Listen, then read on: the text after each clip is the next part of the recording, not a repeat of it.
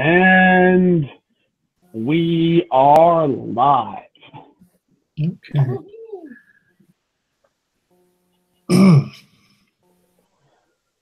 So, we will open on the solar star.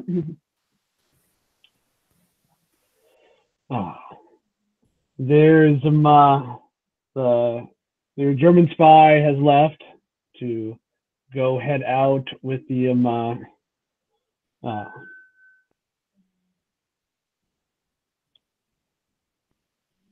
interesting. What's the link? But there is a link.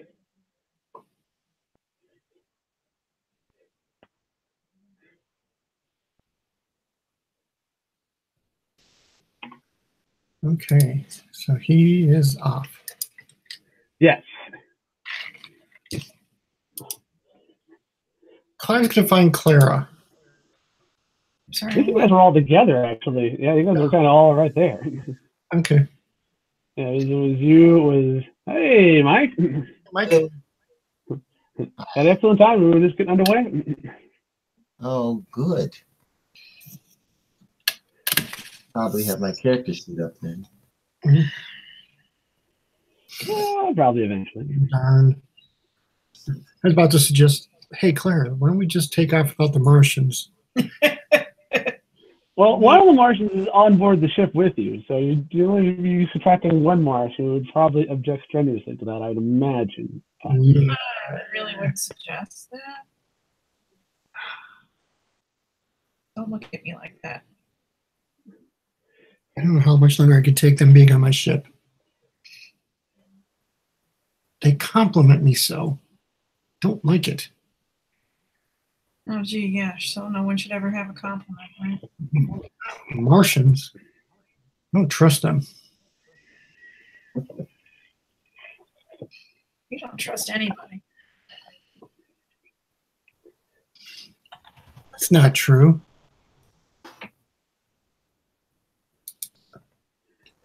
I trust Jimmy.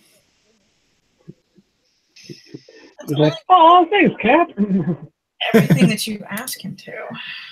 Oh, hey, Jimmy, I don't need anything. I was just saying what a good person you are. Oh, okay, well, thanks. And then he disappears to wherever that place is. Goes.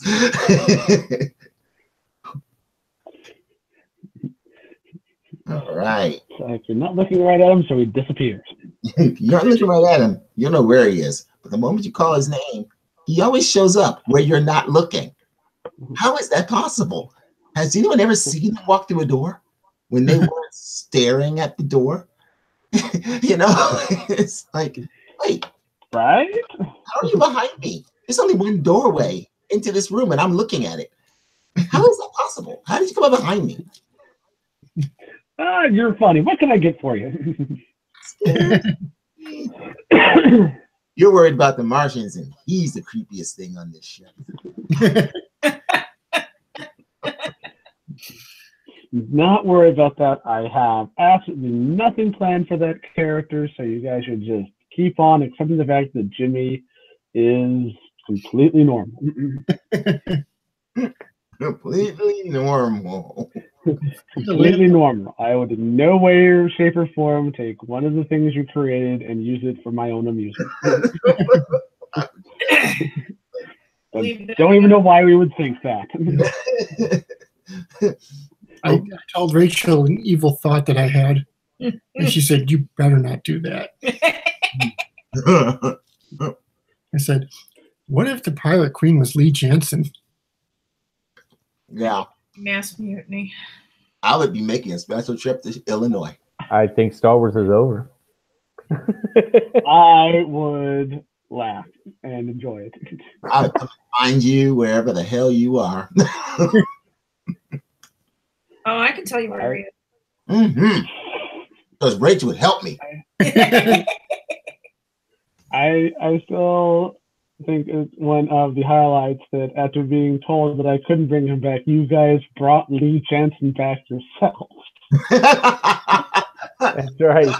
It's not a problem if we do it to ourselves, right? Made Bob play him.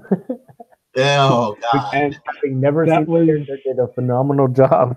And he did a phenomenal job. That was a frighteningly great impression. I'm just like, no. So how's that possible? There's no video of this. How you go, track down a video of that because we didn't record any of that stuff. I didn't start recording until like partway through season 2. Yeah, I tried to warn you guys. I'm like, yeah, Bob is what we call an obscene quantity. Yeah. It's like, okay, so you can role play a psychopath you never met perfectly. Huh? Yeah. Okay, it's real Yes. good. Yeah. Okay, then that's yeah. Remind me never to move to Ohio. Luckily, he's a very nice man for the most part. 'Cause if he Well, yeah, seems great. Fun to play with and whatnot, but that was if you were actively evil, this would be terrible. We would have problems. Okay, so then what is Thargan's current status? See, last check, Thargan was he's back in Ilmathar's clinic there. Ilmathar was he was responding well to the treatment, and you should be waking up and maybe not necessarily ready for full action, but good luck telling Thargan that. But Okay. you should be waking up pretty soon. All right. I can't spell this word. Co-conspirator. No, that's wrong. Oh well.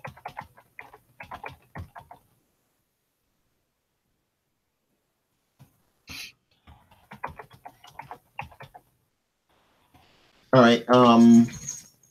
Did I have to leave him there, or is that how that Yeah, works? you left him there to come back to the ship, and that's when you met up with the captain and Cora as they were discovering the Nazi spy in agony due to the torch device that had been administered. Okay. So yeah, you guys are there. The spy has been released. He's gone out into the world to work his way back to his people. With instructions to monitor the German activities and report back if the Solar Star comes up. Captain. Hello. Hello. I am so glad that we find ourselves upon your ridge. Yeah, it's swell.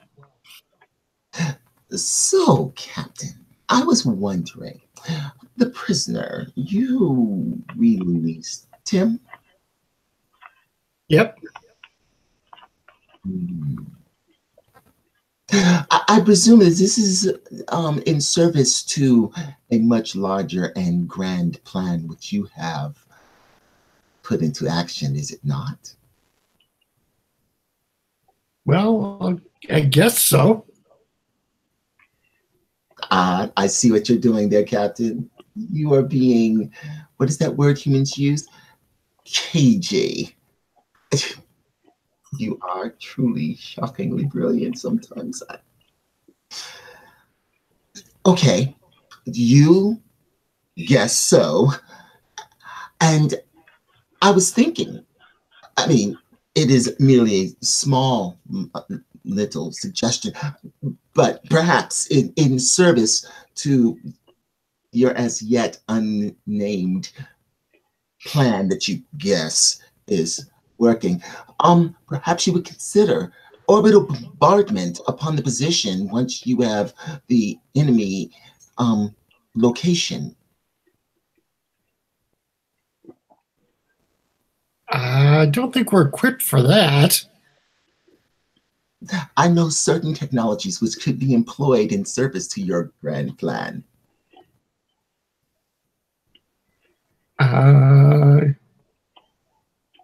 It's okay, Captain. You needn't decide right now. I would allow you to. No doubt, whatever it is that you were actually planning is probably a far greater, perhaps even almost Martian in its sinister intricacies. I will allow it to play out as you have decreed. No doubt we will be most satisfied and amazed once the sheer magnitude of your plot unfolds. I will take my leave and once again go check on Thagen. It's a pleasure as always, Captain. Jim. Yeah. Look at that. I glide gracefully off the bridge.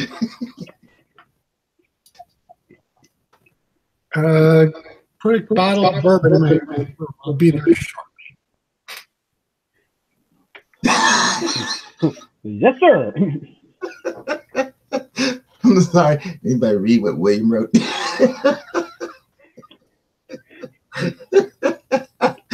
Oh, it's awesome. Orbital bombardment, and he's on the table.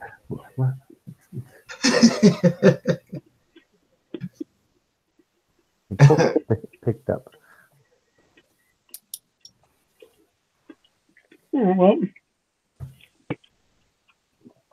so let's smash cut to wherever Thargan is, actually. So, Thargan, you wake up at the start. It's kind of a warrior's wake up there. And just so I know, was I progressively getting sick, or did I just like pass out all of a sudden? Do I know where? You felt suddenly weak and then passed out. Okay, so I don't necessarily know I'm under Ilmathar's care. Okay. No, that's like you were on the ship. Okay, got it. Go ahead. This could be ugly. Yeah, you wake up at the start. You are alone in a room on a table, like a kitchen table, but like a exam table. Okay. The first thing that you notice is that you cannot hear the what is now becoming the familiar hum of the ship's engines. And the second thing that kind of popped, that you kind of become aware of, is that this place smells like home as your vision starts to kind of clear. So since I'm on Mars, are my weapons nearby? Yes, you can see them on. They are on the other side of the room, but they have not just been casually discarded. They have been properly set up on a bench over there, essentially. Okay. So whoever put them there with great care, as a warrior should always take care of their equipment. Okay. And I don't have to kill whoever my captor is then necessarily. Okay.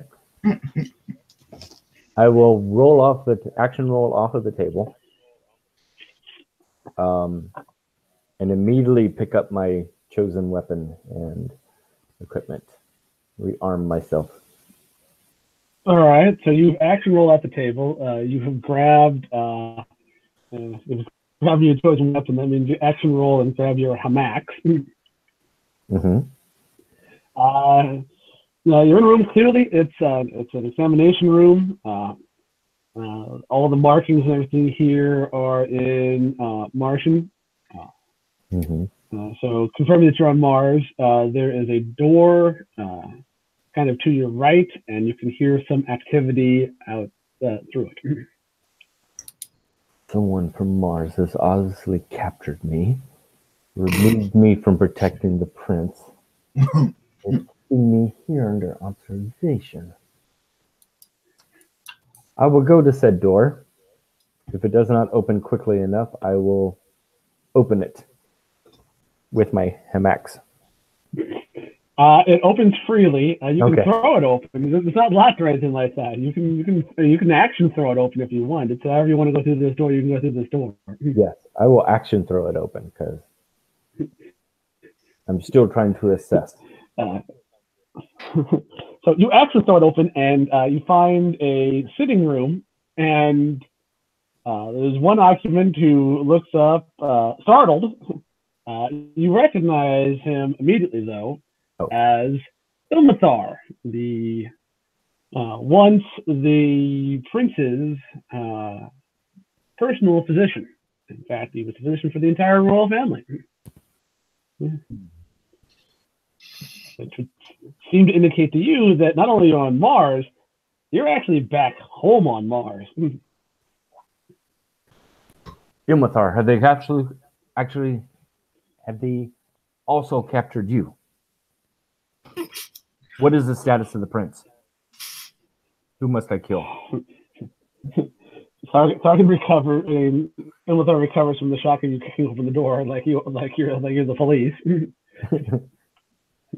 It's like, Tarkin, I need you to calm down. You've been through a lot. Yes, Experienced. We don't know where the prince is. The prince is back on your ship. Alone? Well, I presume the humans that he spoke highly are with him. They may almost be Martian, but they're still not Martian. That may be, but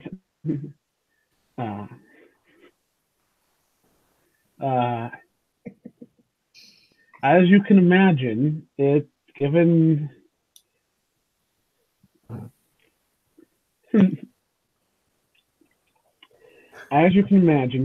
the nature of things here, it's not necessarily safe for him to hang around. Yes. Which is why we need to find him. And find him. He's back on your ship. I will send a runner out to where your ship is docked to let him know that you are awake. He suffers injury while not under my watch. I will be dishonored, disgraced. I know, but you can't just go charging out there, Thargan. Of course I can. Let's see who will try to stop me.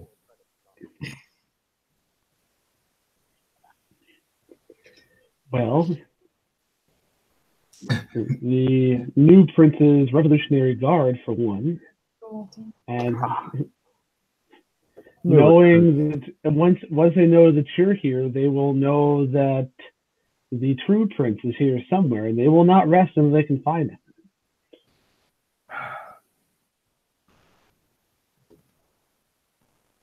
You see him actively trying to think out this. He's working really hard. So doing those cartoon cutaways with the So you're saying that my presence is discovered, Prince could be in danger. Yes.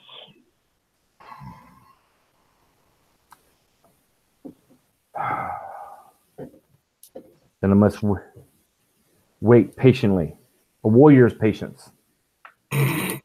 Of course, yes. That is the best course here.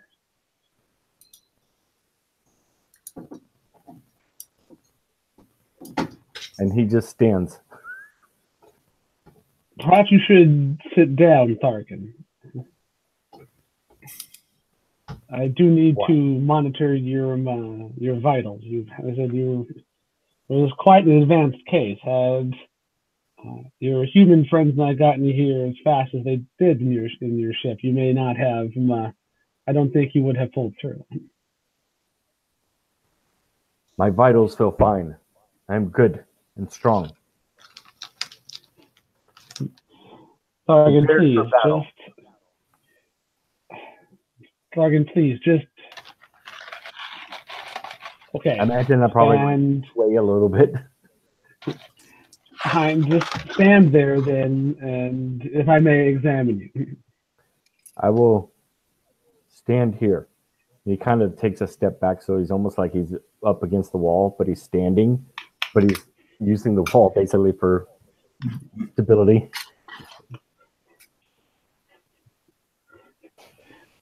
Okay. So as I said, I will send a runner to go notify your people. And let's hope there's no Sandman around. Tell him to run with the Martian wind. The prince's life may depend on it. Tell him to bring that wind. I will send him as he will go as fast as he possibly can.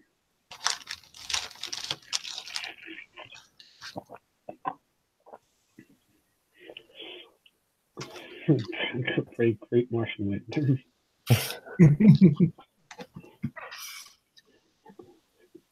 His runner. So I will stand and submit to examining my vitals. To Imlathar's great relief. I am like a combative patient with a hammock. Right.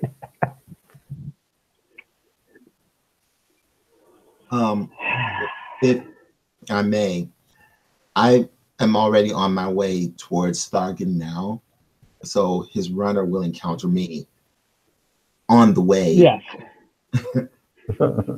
On the road to the city there, we smash cut to the prince making his journey there.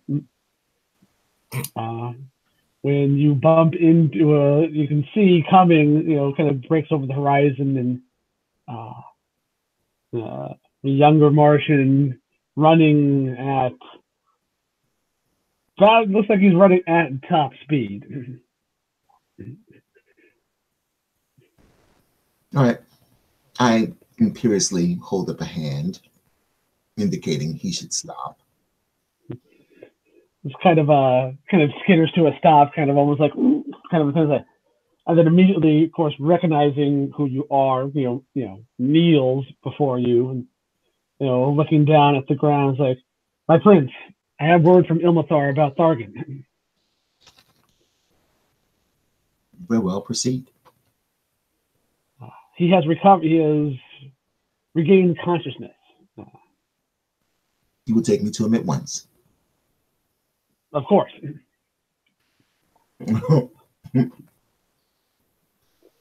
I accompany the runner back. Messenger. Yes. So, not long after Ilmathar takes some readings from you, and then once again leaves you there leaning against the wall, the door opens, the runner appears, and behind him is your prince. I will immediately drop to one knee, take a step forward and drop to one knee. Okay. Prince, forgive me for falling in your service.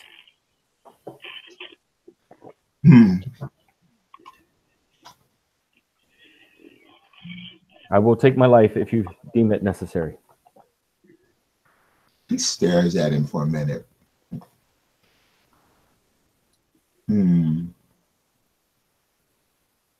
That was most ill-conceived of you, Thargan, to allow yourself to fall ill while in my service. It was. I will definitely chastise myself for it. Alas, you mustn't. At this time, you will be of no use to me if you chastise yourself into unconsciousness again. Wisdom. Pauses and thinks about that for a moment.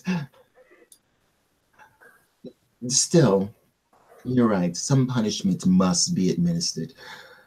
You will wear this. He looks around as if casting about. Is that an earth flower? He's speaking to Yes, it was a trader acquired it in one of the spaceports in the American-controlled space. Hmm. Hmm. I believe he called it a tulip. Hmm. I see. This will do. Yes, it is frail and delicate, much like you recently. You will wear it as we will call it a shame flower. Yes, that would be appropriate. Yes, my prince. I will carry this shame And if you deem it necessary. Blade, Elizabeth. you will wear it. We will strap it above your ear or something prominent. Yes, that will do. You will wear it for no less than 1 month. Human month. Otherwise, you essentially never take it off if it were Martian month. Your mercy is great, Prince. Yes, it is. Ilmater? The crowd here gathered around the computer. You, what is Thargan's current status? With respect, of course, Thargan.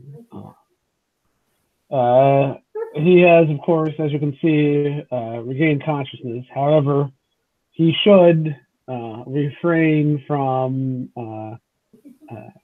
strenuous physical activity for a couple of days. Thargan. 2 whole days longer? I do not agree with the doctor's assessment. I'm ready for battle. You will wear an additional shame. What was it called again? Tulip. Yeah, I believe, yes, is the word. You will wear 1 shame tulip above each ear for the next 2 months. Yes, my prince. It's disappointing. He turns around. Well, come. Walk delicately if you must. I turn around. As I turn around, someone else comes kind of running into him, kind of bursts into the doctor, into Ilmathar's clinic / abode here. Let's see. Let me get. Let's see. It is. Where is my cast name here? I'll get the cast name here later. It is a younger Martian from a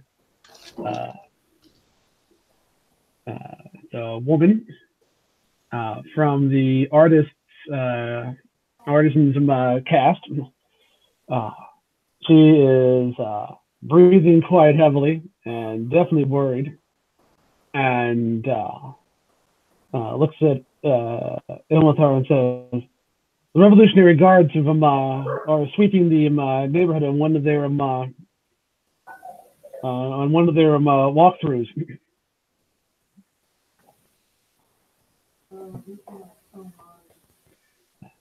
Ilmatar turns and says, "They've been doing this for a while now, trying to root out threats to the new prince's regime.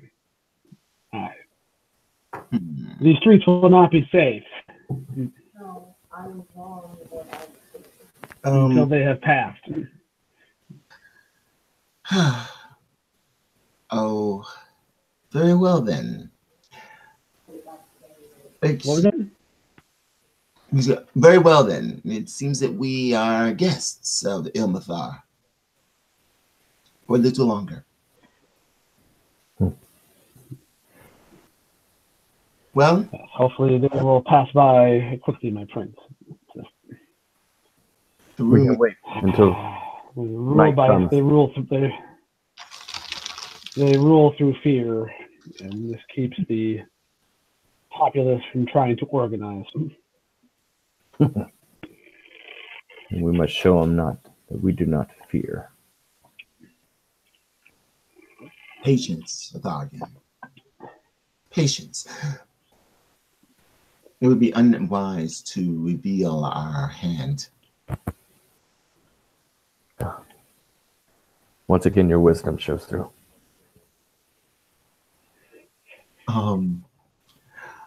Well, perhaps we shall rest in repose.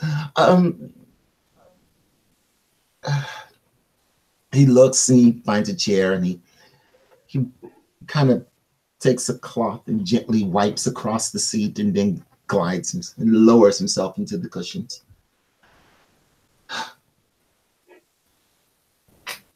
I apologize for the humbleness of my abode. It is what I am allowed under this current regime. But I do have some refreshments that I can offer.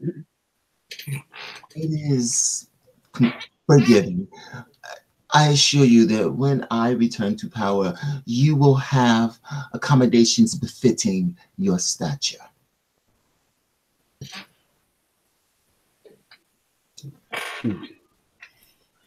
Thank you, my friend. Thargan will move to the center of the room, facing the door out of this room, and stand in guard, like ready for someone to burst in for him to try to kill. Well, yes, he has two shame tulips. Of course he does. He must prove himself and do anything he can to prove himself. So we will smash cut from there to the solar star. Captain enjoying the silence.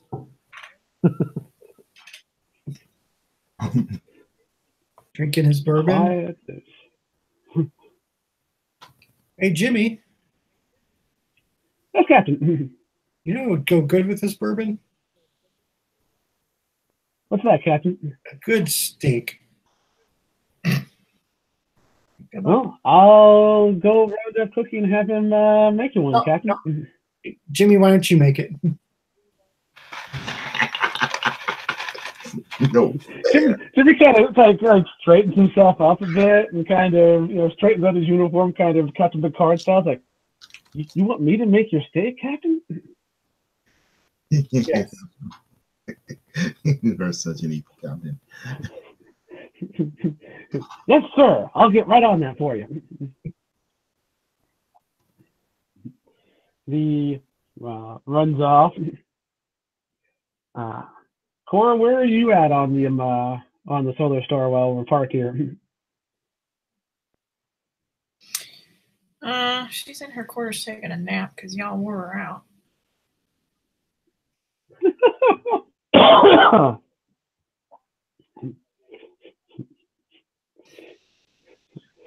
Napping, waiting for steak. It's a nice, quiet time on the solar star. The prince has been gone for a bit. Certainly, nothing can be going wrong in the city at all.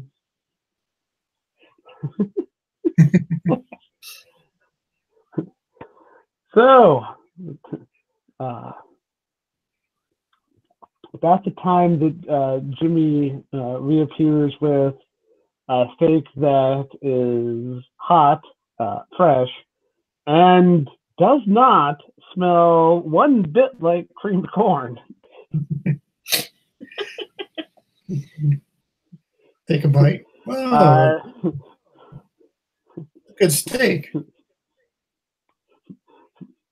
It's exactly how you like to cook, Captain. All right, Cookie didn't give any trouble, did he?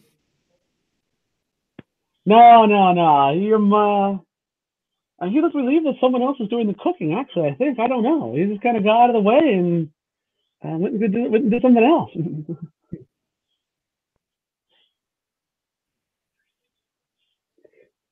Well, thank you, Jimmy. Anytime, Captain. So as you're about to cut into this delicious steak, your intercom goes off, Captain.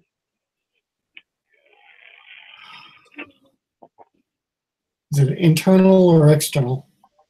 Internal. Yes. Get my NPC name list here.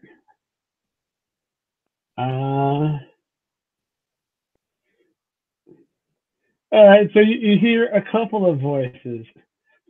It is Tag and Binks, and at first they both try and talk at the same time.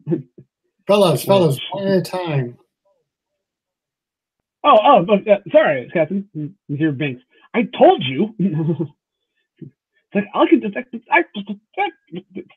So there's a bit of you almost hear the sounds of what might be a slap fight.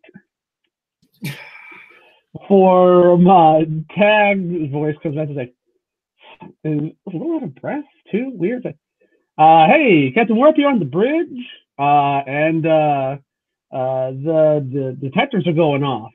There's a storm on the horizon rolling in.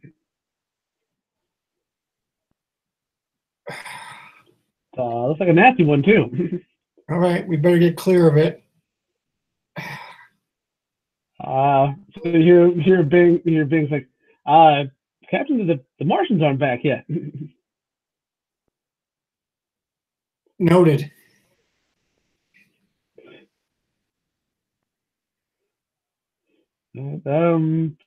Okay. All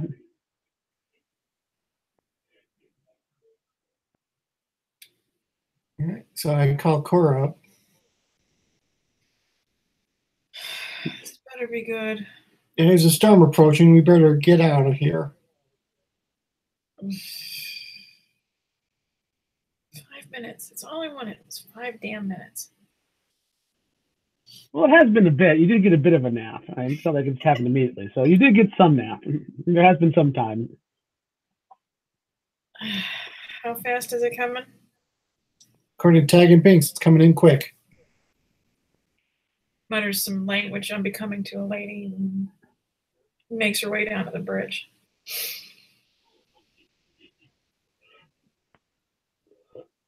Fine.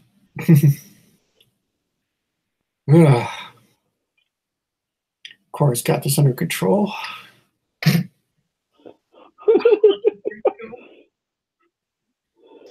All right, Cora. So you get to the bridge. Tag and Binks is there. And kind of getting things ready.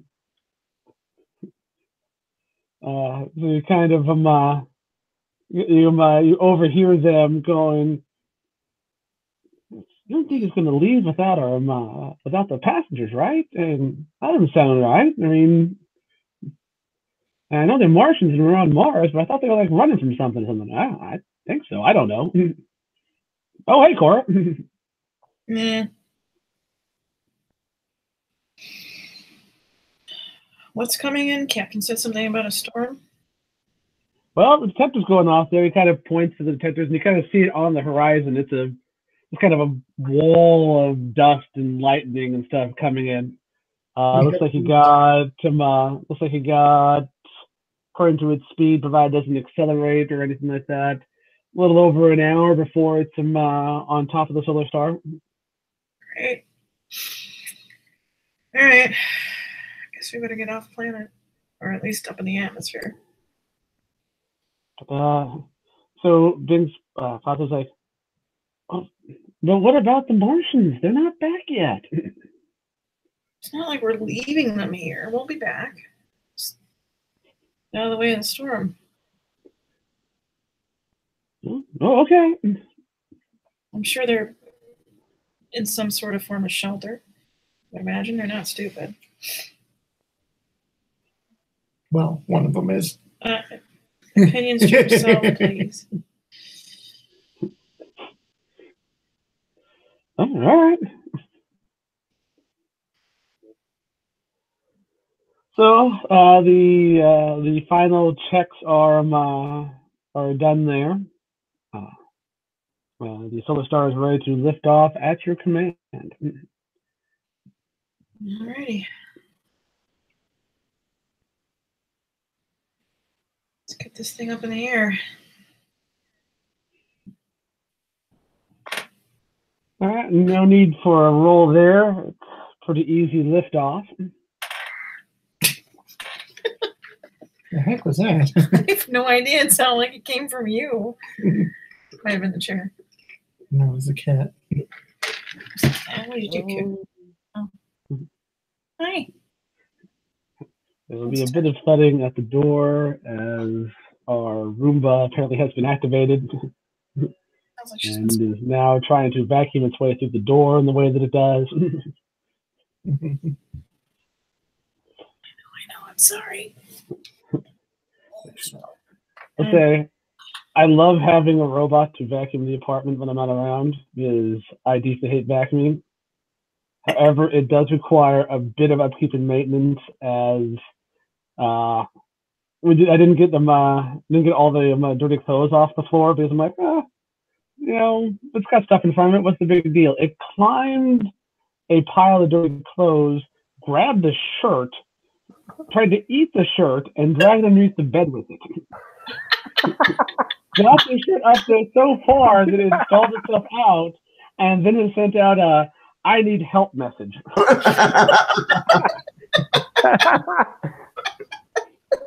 And of course, I'm at work, so I can't do anything about it. So I get home from work first. So then I got to find where is my robot, and then I got to fix what it's done.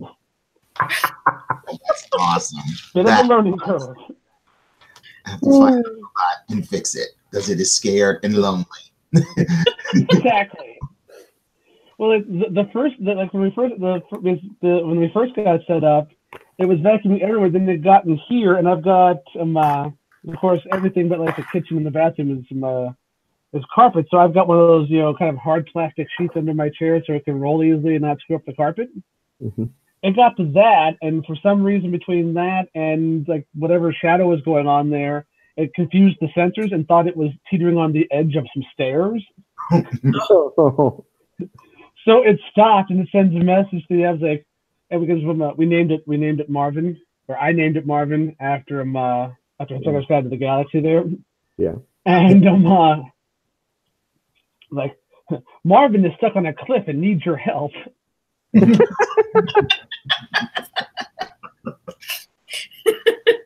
I don't think I have a second story.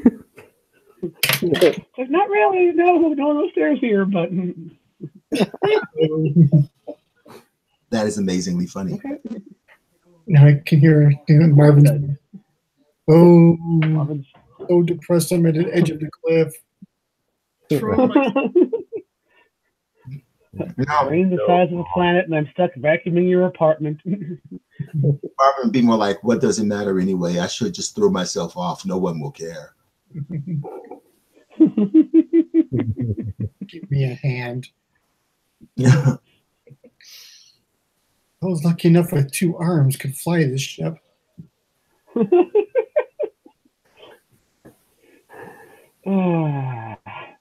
Love that movie. Love that book. Yeah.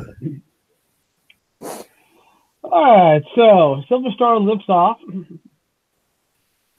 So where are you guys going? Going to another port? Going to hang out in orbit?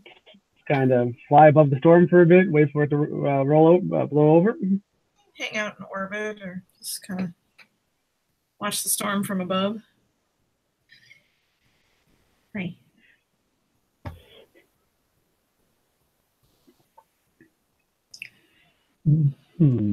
Mars has a storm. Jupiter says, hold my beer.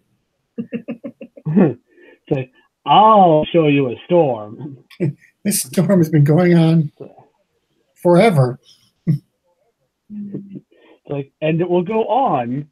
It'll keep going on forever. It will never stop. Just accept that fact. All right, so you guys are easily parked up in the up above the storm, and it is a very big, very angry-looking storm. Good thing you weren't down there, as that would have been a bad deal all the way around. Gotcha.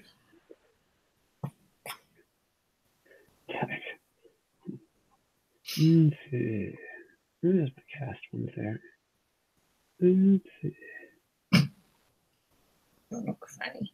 Don't look funny.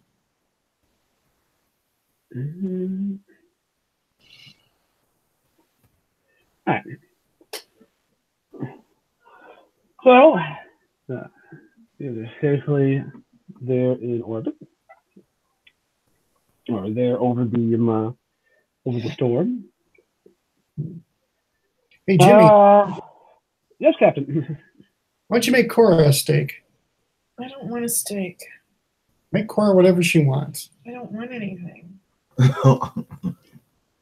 Fine. Make me another steak. Yes, sir, Captain. Goodness, if I can get her in. Just like the last one. Oh, yes. Maybe throw some mushrooms on it. Yeah, that'd be good. Don't put any on.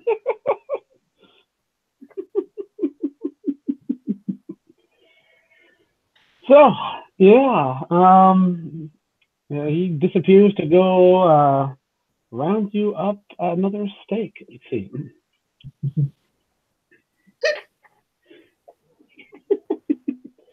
Not using that power at all.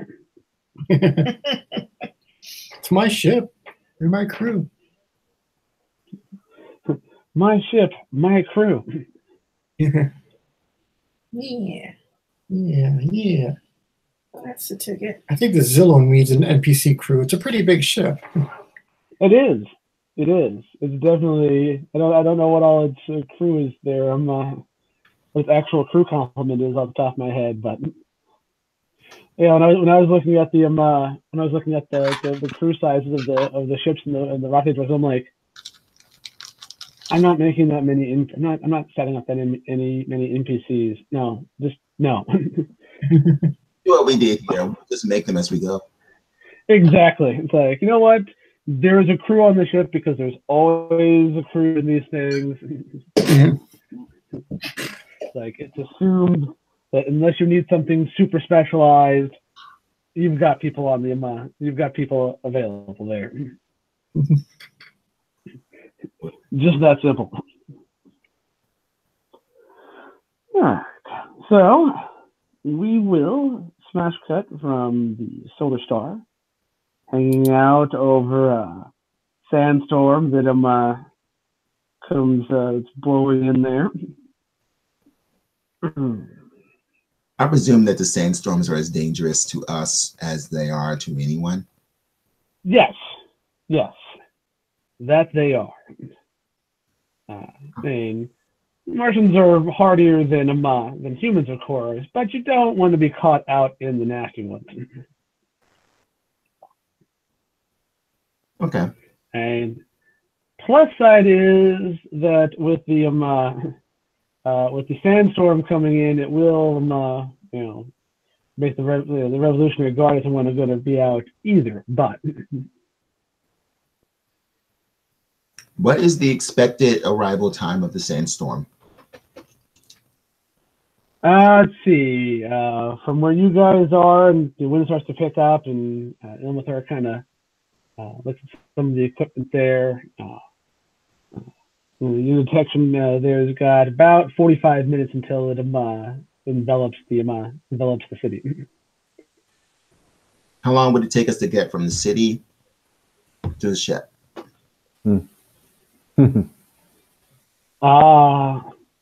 If you are hurrying, we're going to call it moving back and forth pretty easily.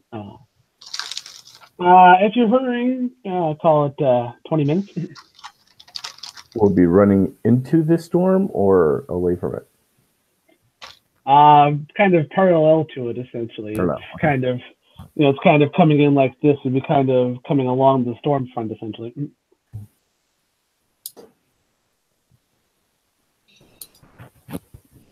Come, Thagen, we must go.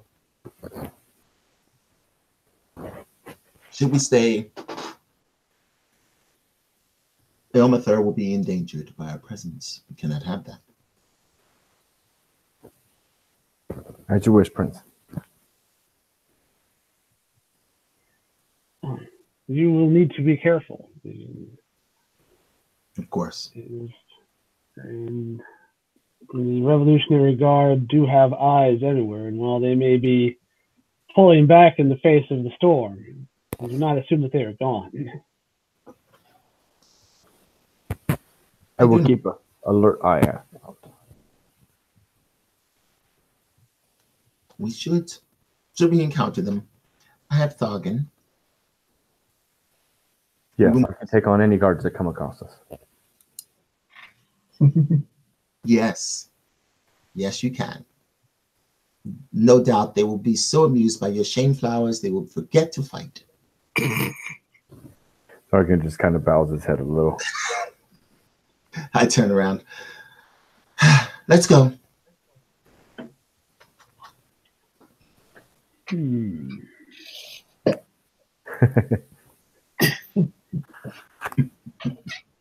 Yeah, it occurs to me that we haven't really rolled dice yet, so we should probably have a bit of. We don't know that the ship is not there. Right. So be very Yes. get all the way out there and find it menacing. And hopefully no. We had a truck waiting. Let's see. Looking at things here. Okay, so Prince, if you could give me give me, let's see, I like presence and subterfuge, and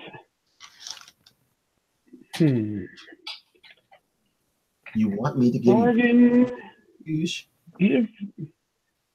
presence and subterfuge for you, Astagnacs, and Thargan, give me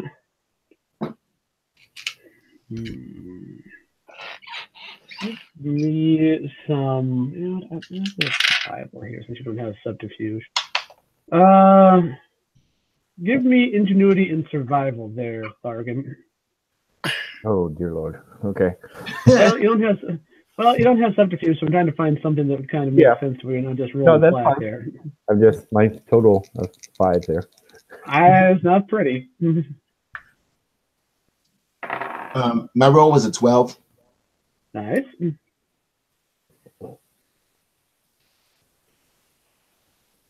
11. And that was a decent roll too. Interesting. Okay, so the wind is picking up. You guys are trying to make your way out of the city, looking nondescript when doing so.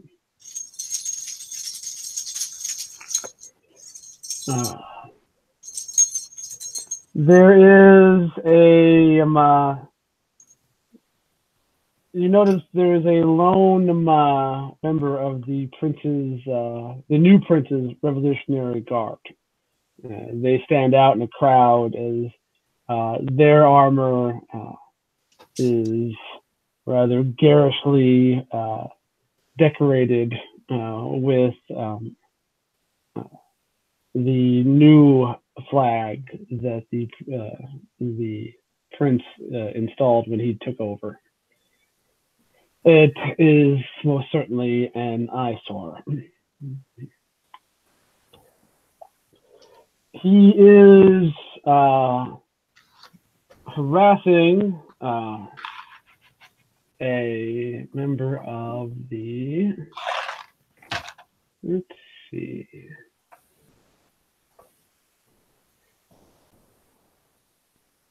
He is harassing a member of the Pilthuri class, one of the traitors.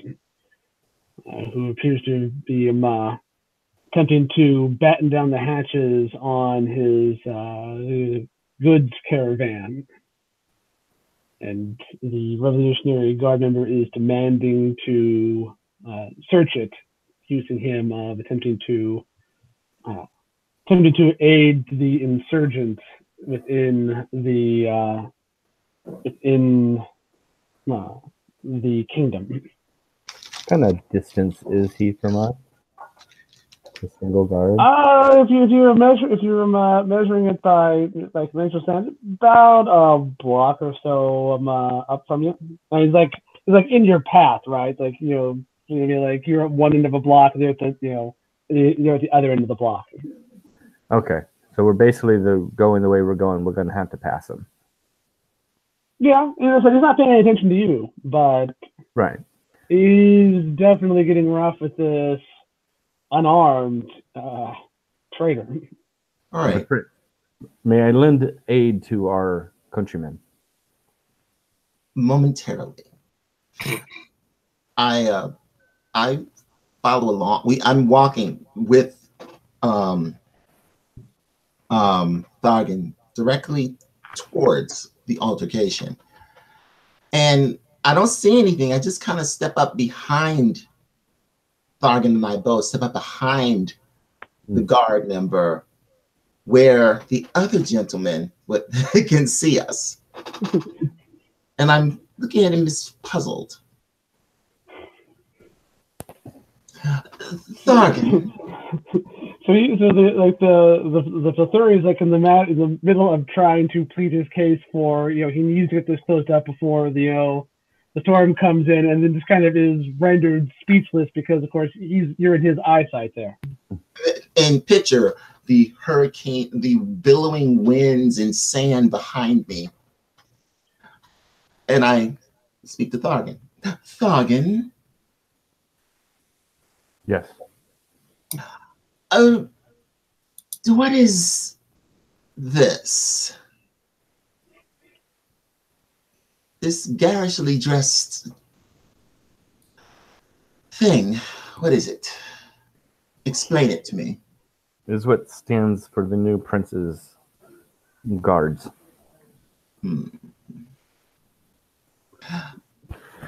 So he turns around and is like, you respect, and of course sees who you are, and immediately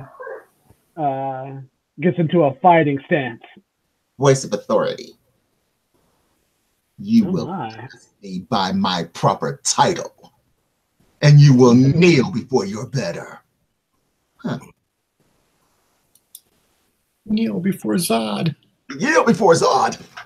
Kneel before Zod. Kind of take a half step for emphasis. It's on page 159. What are the effects of that? William's like the other, the two guys in Trading Places. Yeah. Yeah. Is that all you say? Okay, so this is going to be present and convince, and then you get +2 for your voice of authority. Is there anything else in here to get you? I'm charming. I don't know if that counts right now. That might stack up here. And here, let me look at charming and attractive. Those all might. I doubt it. I'm not being charming right now. I'm being mad. Oh yeah, that's social interaction. Yeah, this isn't terribly social. No. So yeah, attractive and charming was tied together. Here you're just laying down the law. So yeah. All right. Okay. What was it? That was presence. Presence, convince +2 for your 9, 10, 14.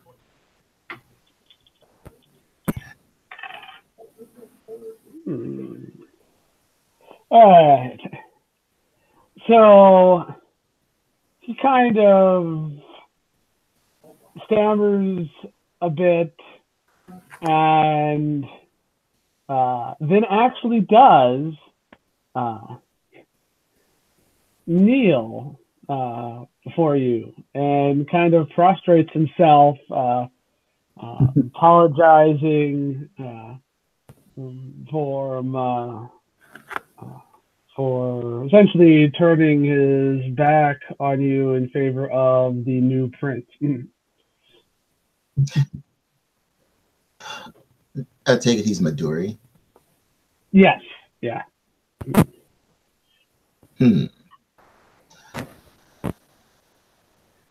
You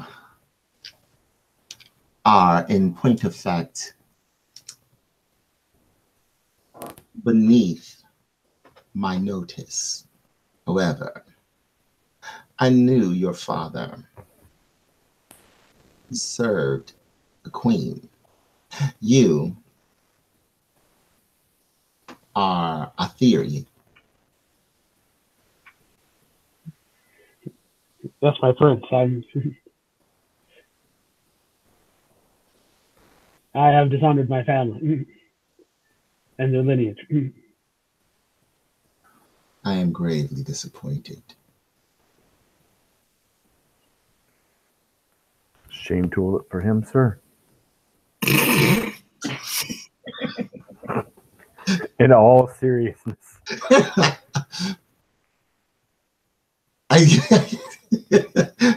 Actually, because it should be noted, SDNX is well aware of what he's done in the joke inherent, and he's trying really hard not to laugh.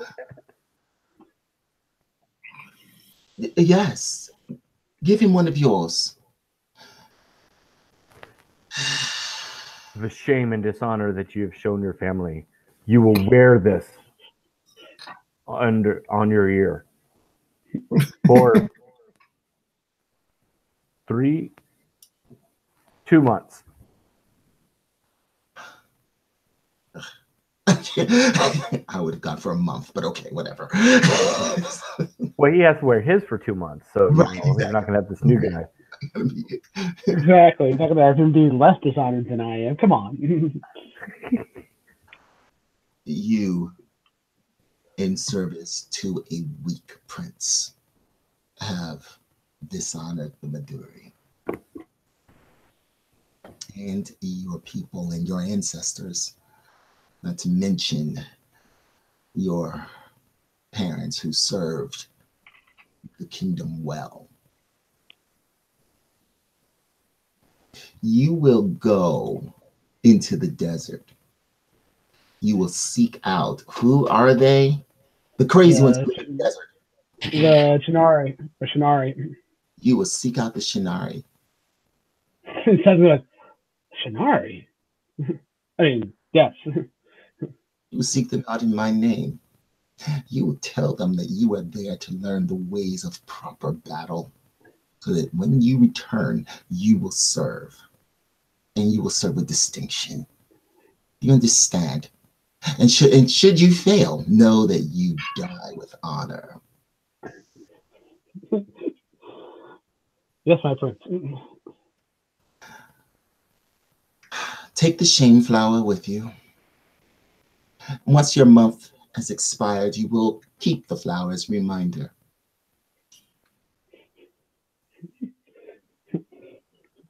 Do not serve. Yes, do not serve that which is delicate and flawed. You are a Martian. Now, yes. with any luck, they won't kill you on sight. Go now. I will find you when it is time. Kind of gets up without making eye contact and scrambles off. All right. I look at the oh my gosh, I can't keep the cast straight. But what's this? The Pilthurium is yeah, the Pilthuri is the traitor guy in front of you there. That's his cast. All right. I look at him. Are you injured, traitor? Looking at no, he to injure me. It was just he hadn't gotten rough yet. He may have if you hadn't come by, but It's very good. I trust you did not see one of the noble cast in anywhere near here recently, did you? nope. I saw nothing. Very That's well. good. We didn't have no other to worry about, Prince. Totally missing what you were about. I know, right? Look, We're alone, just us. yes, Thagen. Thank you. Trade on. He nods and packs up his stuff as the wind keeps him building. Come, Thagen. We mustn't delay.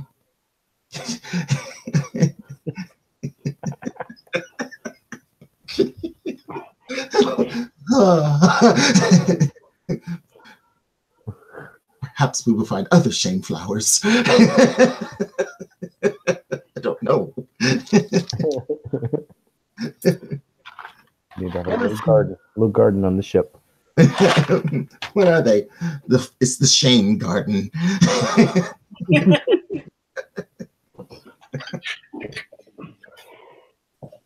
All right. So you guys continue on out of the city. Let's make things a bit interesting here. Let's see.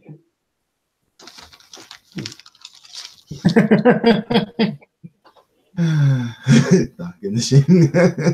Or the Freeman at all.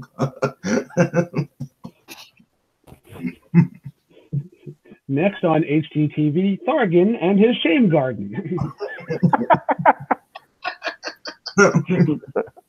This week's guest, Justin Timberlake. He wears laurel leaves around his head.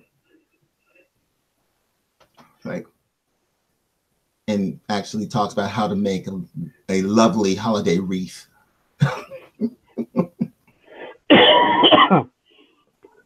All right, so to make things interesting here, or I am, not I are. What am I doing here? I'm going to give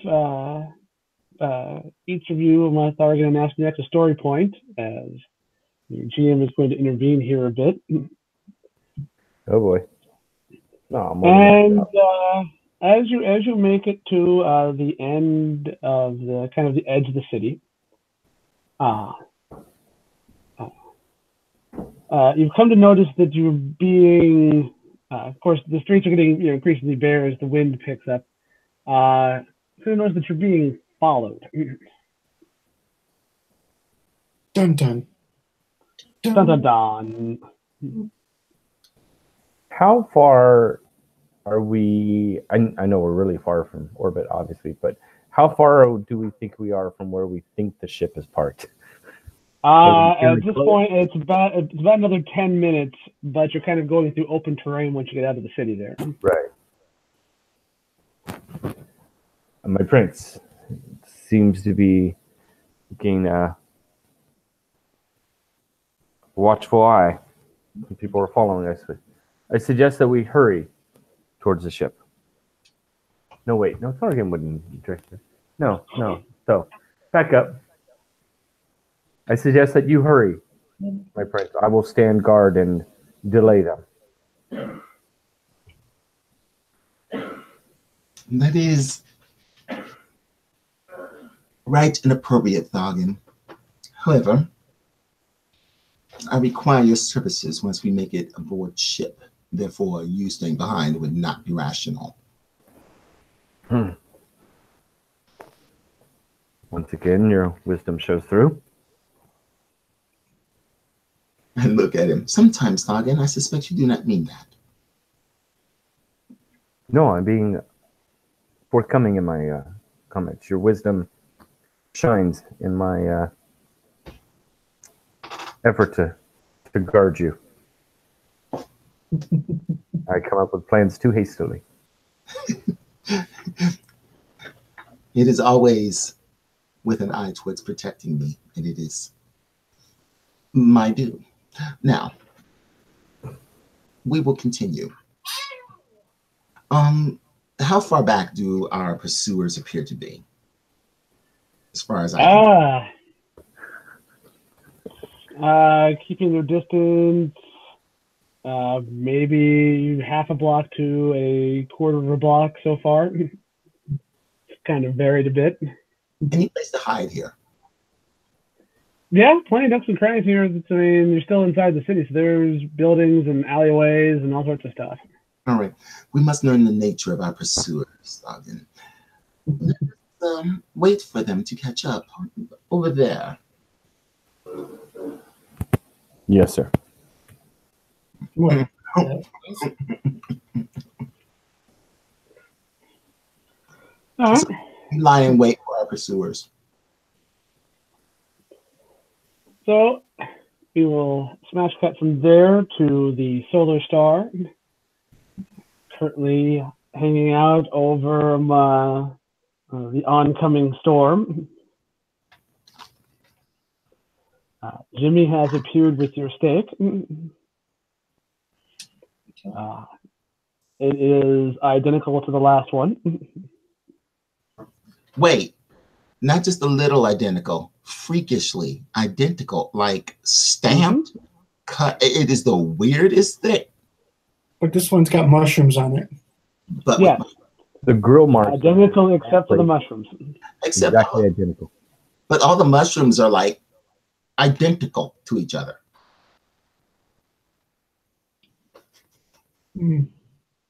Cap takes a bite. It tastes identical to the other steak, but with mushrooms. But with mushrooms, yes. Jimmy, I think I'm going to promote you to chef.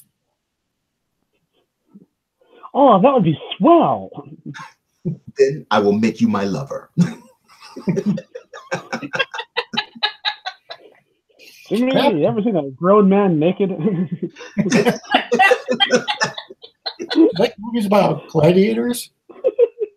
You ever been in a Turkish prison? Have you ever been watching an anime that went sideways? The worst way. Actually, I watched one of those yesterday. I was so confused. Like, are they about to kiss or something? And then they didn't.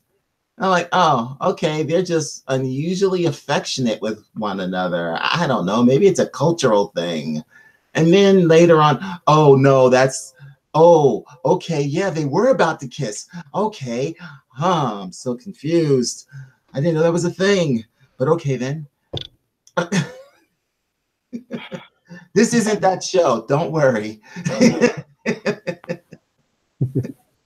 I find some of their anime tentacle porn kind of like, what?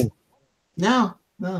This was just about some kid's hero worship of some dude who saved him, who happened to be the brother of some kid who befriended him, and he happens to be friends with another kid who actually is friends with another kid who really, really, really, really likes him, and they're all dudes. It's very strange. Sounds like it. And I'm gay, and it's strange to me. One of Rachel's co-workers told me, said, "Oh, I've got a memory stick, so you can so your husband can watch the third My season of Twin coworker Peaks." There's some gay porn on there. Just ignore Just that. ignore that, yeah. Or watch it. I don't care. Yeah, if you're into that, go with it. Whatever, man. He sits right across from me, so it's like two old biddies in a churchyard and on Sunday gossiping 9 times out of 10. Yeah, exactly. So, my apologies. Please continue on with it. It's okay.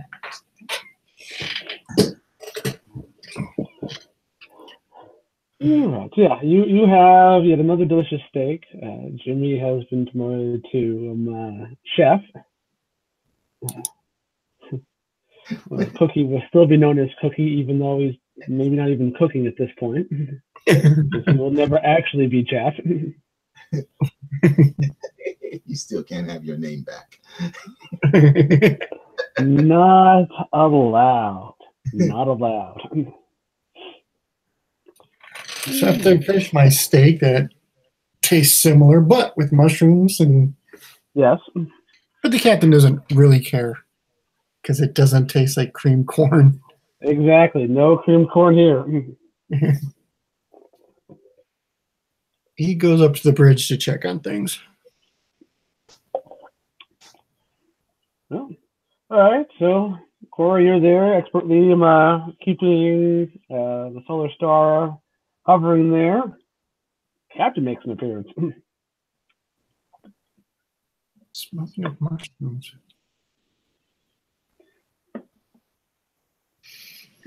Smelling of mushrooms. Smelling of mushrooms. Mushrooms and steak, and no creamed corn to be found. Wow, I'm impressed. Kind of scary, actually. I promoted Jimmy to cook. He's only cooked steak, though. He can cook other stuff. Oh, I'm sure he could. You wanna have that dinner? Well, you weren't hungry, so I don't know. Well, maybe the rest of the crew's hungry. Well, Oh, I will certainly check the suggestion box after this. finally, what the crew One really suggestion wants in there. Solar sun blows. that, and you find that the crew really wants a rockin' herbal tea.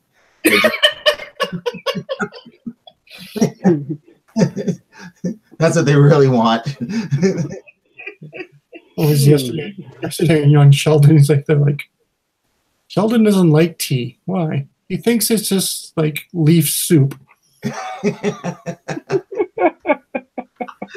far off on that.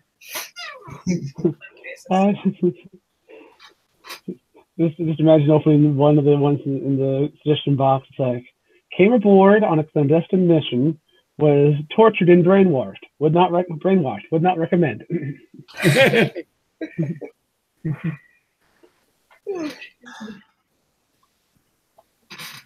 So I'm gonna track the storm. See how. Storm's coming in fast. It's about 20 or so minutes away from the city and your landing point there. Mhm. Beep, beep, beep, beep. Let's see here. Oh, that's a good roll.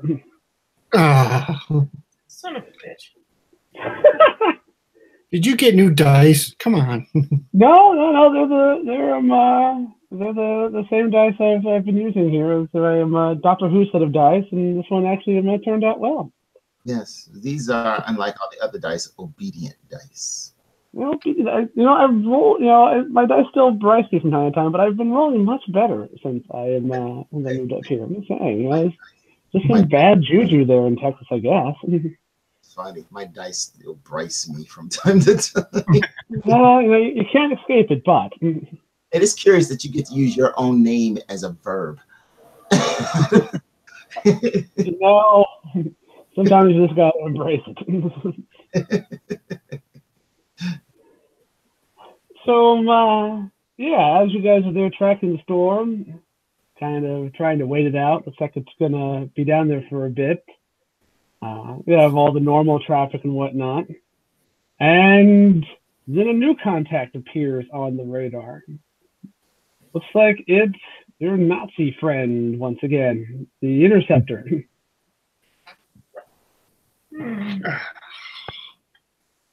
Great. Fantastic. Wonderful.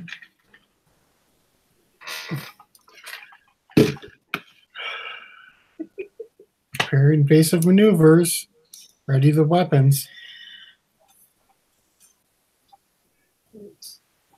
Son of a. All right.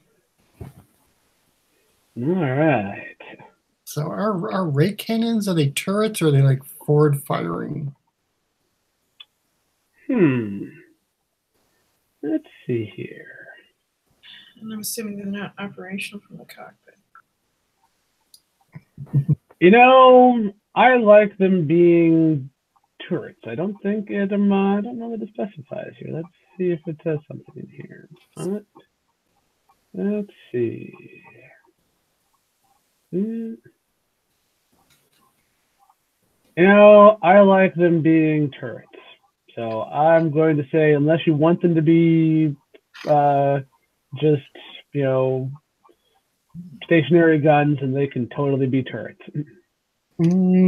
Let's say we have one turret and one forward firing. There we go. And the turret's like in top of the ship, like in the Planet Express. Of course. So yeah, you've got a turret on top, and then you've got a forward-facing ray cannon. All right, I'm going to man the turret. Of course you are. Man the turret. I like it. Hey, Jimmy, I have a sexy disease. What is it?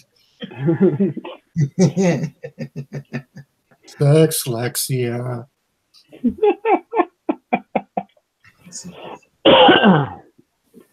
All right, so we're going to make some evasive action. So, going to give me a coordination and transport, and add 2 for your rocket woman trait there, Cora.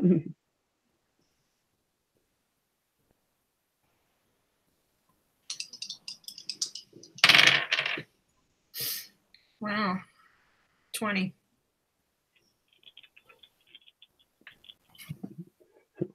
Go, rocket fighter. Well, there we go. Not a 20 on my hands there. So yeah, the rocket fighter comes screaming down from, kind of essentially breaks out mode and comes screaming down at you. However, while it is nimble, Cora, you are able to definitely maneuver the ship. So are you evading? Where do you want the Solar Star to be in relation to the rocket fighter?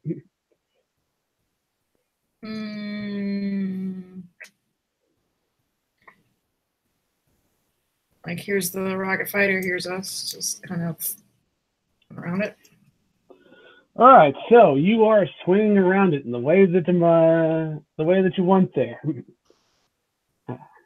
It is trying, of course, to being a fighter. It doesn't have turrets. Its cannons are forward facing. It's trying its best to get a bead on you there.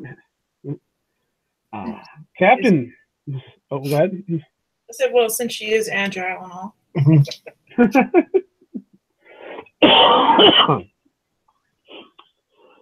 So, Captain, you have made it to the turret.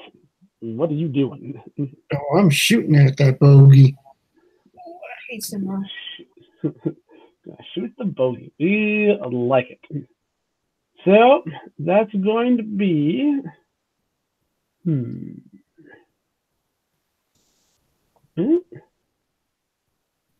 Give me coordination and marksman.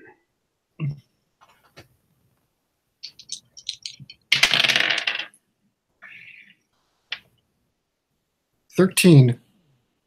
Nice. Very nice.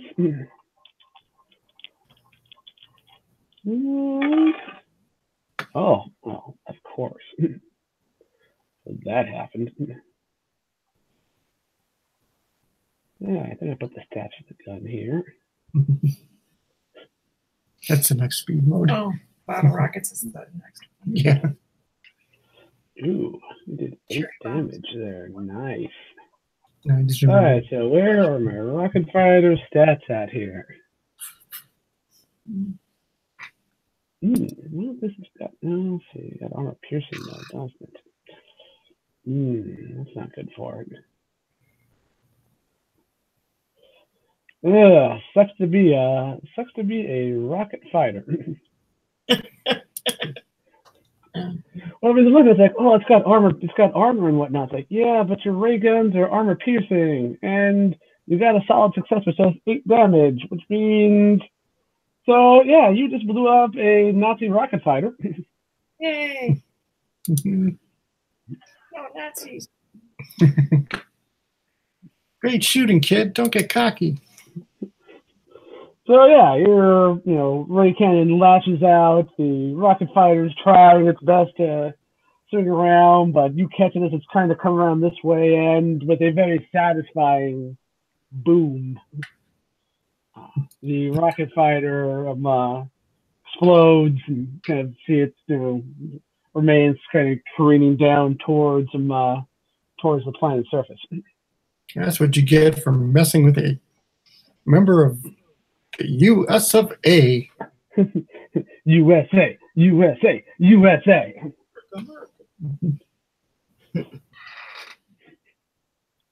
Cora, you got any more on the scanners?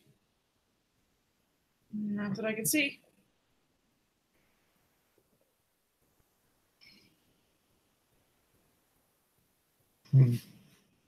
Indeed. Can you trace where that came from? We can try reading the signature, but I don't know that it'll give any other information. Let's see. You know what? Give me, Corey, there it's going to be ingenuity and technology. Technology. Technology. Jesus, 17.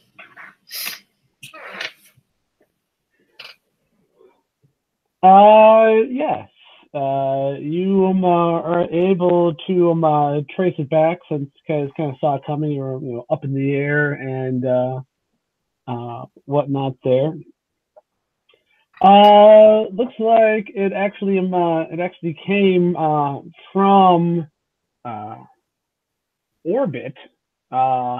Based on your charts and whatnot there. Looks like it may have come from Deimos, one of the tiny little moons of Mars. There you go, Captain.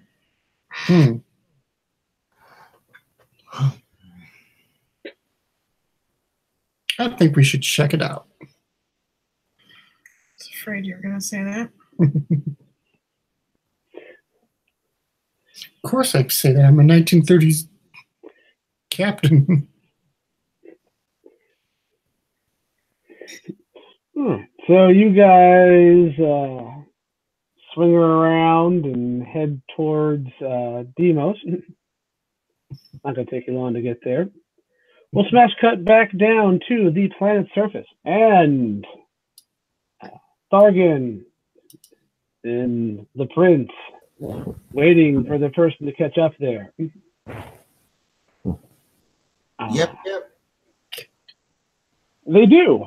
And it is not a member of the Revolutionary Guard or a large army of people from the Revolutionary Guard or anything like that.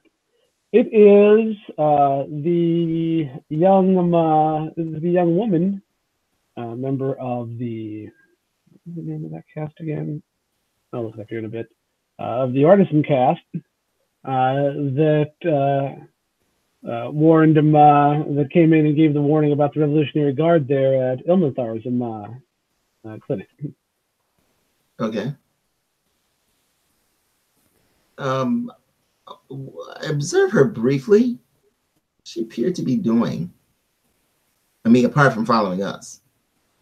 Right now she's kind of stopped and is kind of looking around. It appears that since you guys have gone to hiding, she's kind of lost track of you and has the look of someone who is worried and getting a bit kind of frantic, kind of a. I think Thargan, in all safety and protection of its prince, and trying to prove himself worthy, will step out quickly, raise the hammer end of his hammock. State your business. She kind of steps back and cowers and kind of puts her hands up, like, I don't, please. I was sorry. She's kind of definitely kind of cowering backwards. She's clearly unarmed and unarmored. Please, I didn't mean to. I hate to. I want to come with you.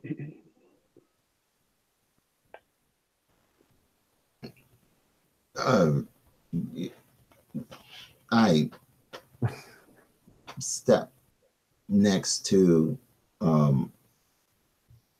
Tog and I'm sorry. Why? So she kind of reverently puts her head down. Is like, because before I was an artist. I was able to paint and to write, but there's none of that under this new prince. Stopping all of it except for what he for things that trumpet him. There's nothing for me here, and it would be my honor to tell your story. You may be a spy, my prince. I would never do that. No.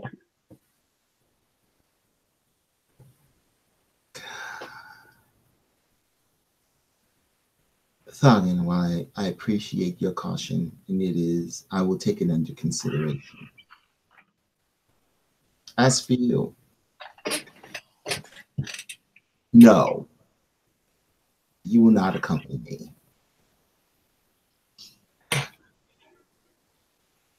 You inflates noticeably. I look around. This is ridiculous. We're in the middle of a sandstorm, and I have to do this. Very well, then. I said, do you know how you can best serve Mars? Because how? You will continue to be what you are. We who are Martians do that which we are born to do until we can do no more. That is what we are. That is what we are meant to be. You are an artist. Fine. If he wishes you to make art that extols his non-existent virtue, then be a clever artist. And make sure that within each bit of your art, there is truth.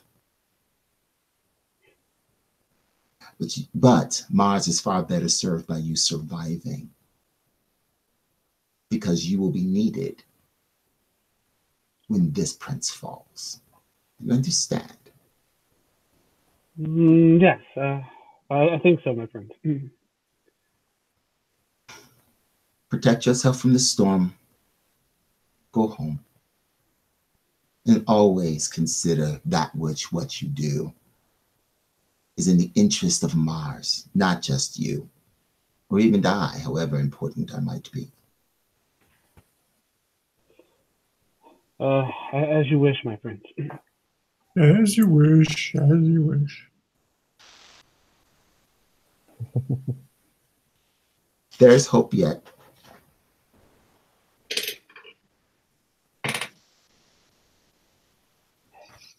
Of course. Yes. All right, I send away. Go before you die out here. She heads away. Speaking of dying out here. With all the stops we have to make? We have to go. Where is the ship? All right, so yeah, you guys continue on. The storm is picking up. You make it to where the ship was parked, and There are scorch marks here that would indicate that there was a ship here. All right, I stop. I look around as if puzzled. Thargan, Yes, sir. there was a ship here. Where is it? My prince, I was unconscious, so I'm not certain. I gave him the look of excuses now, Thargan. You're right, sir. I will find it. And start running one direction. No, Thargan, I believe it is launched. Did the human captain abandon us?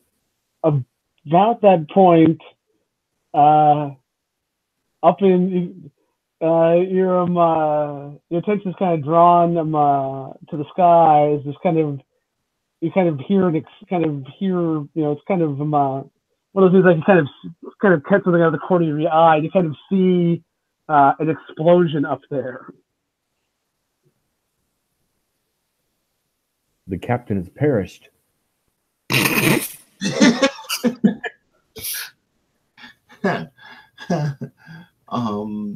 He was only human.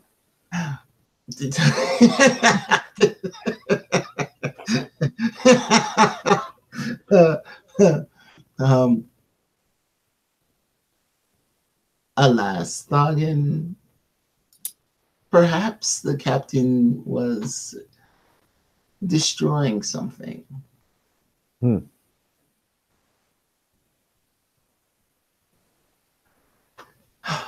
the meantime, that structure over there will serve. We will take our refuge there. The sand, it gets everywhere. Come now. I immediately take my cloak that's normally like draped over the back of my armor and wrap it around you to add more protection from the sand. Leaving me pretty much bare then, but yeah. Such is my place, my cast. I gesture meaningfully towards the shelter. By all means, go forth to ensure its safety. At once. Quickly stomps over there. I follow along, well protected. Anakin.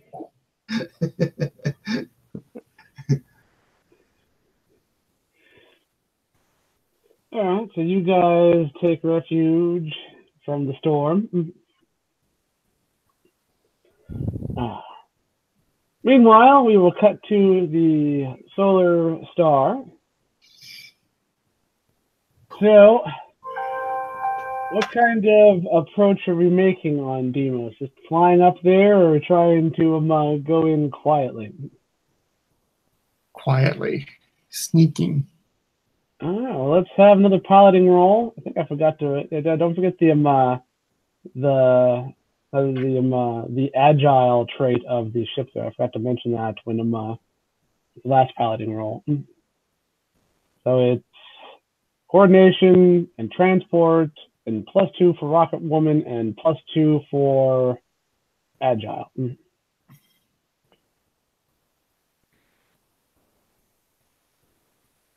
Cora, when did we get a cat?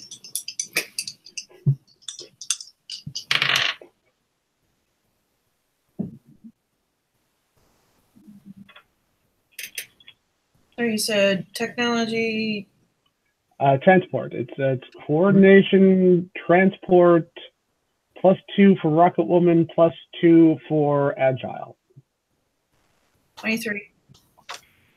Good heavens.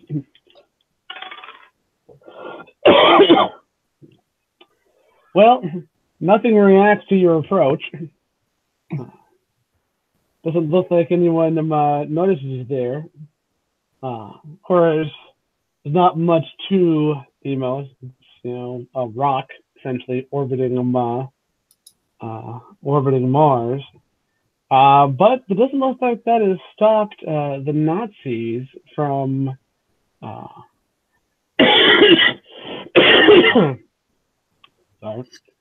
from parking a small contingent of rocket fighters on the moon. That's exactly what I was going to say. Strafing run.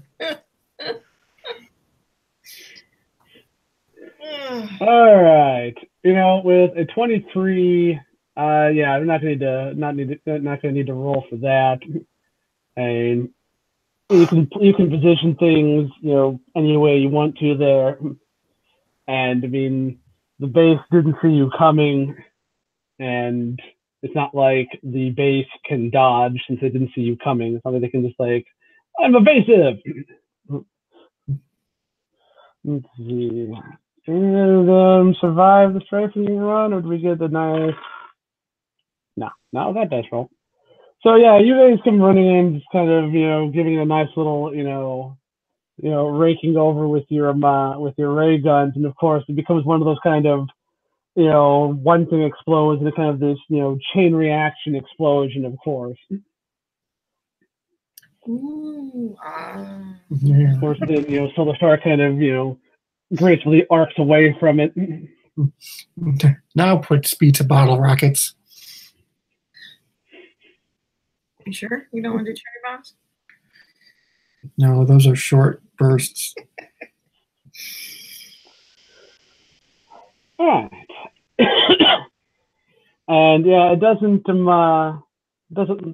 look like anything survived the explosion, or at least nothing that can come flying after you. I mean, it'd be some poor Nazi in a spacesuit out there somewhere, but it's gonna suck to be him. It's a long walk back home. So yeah, and the Rise of the Valkyries plays. Oddly enough, it's by a German composer. Well, Isn't that ironic? Mm.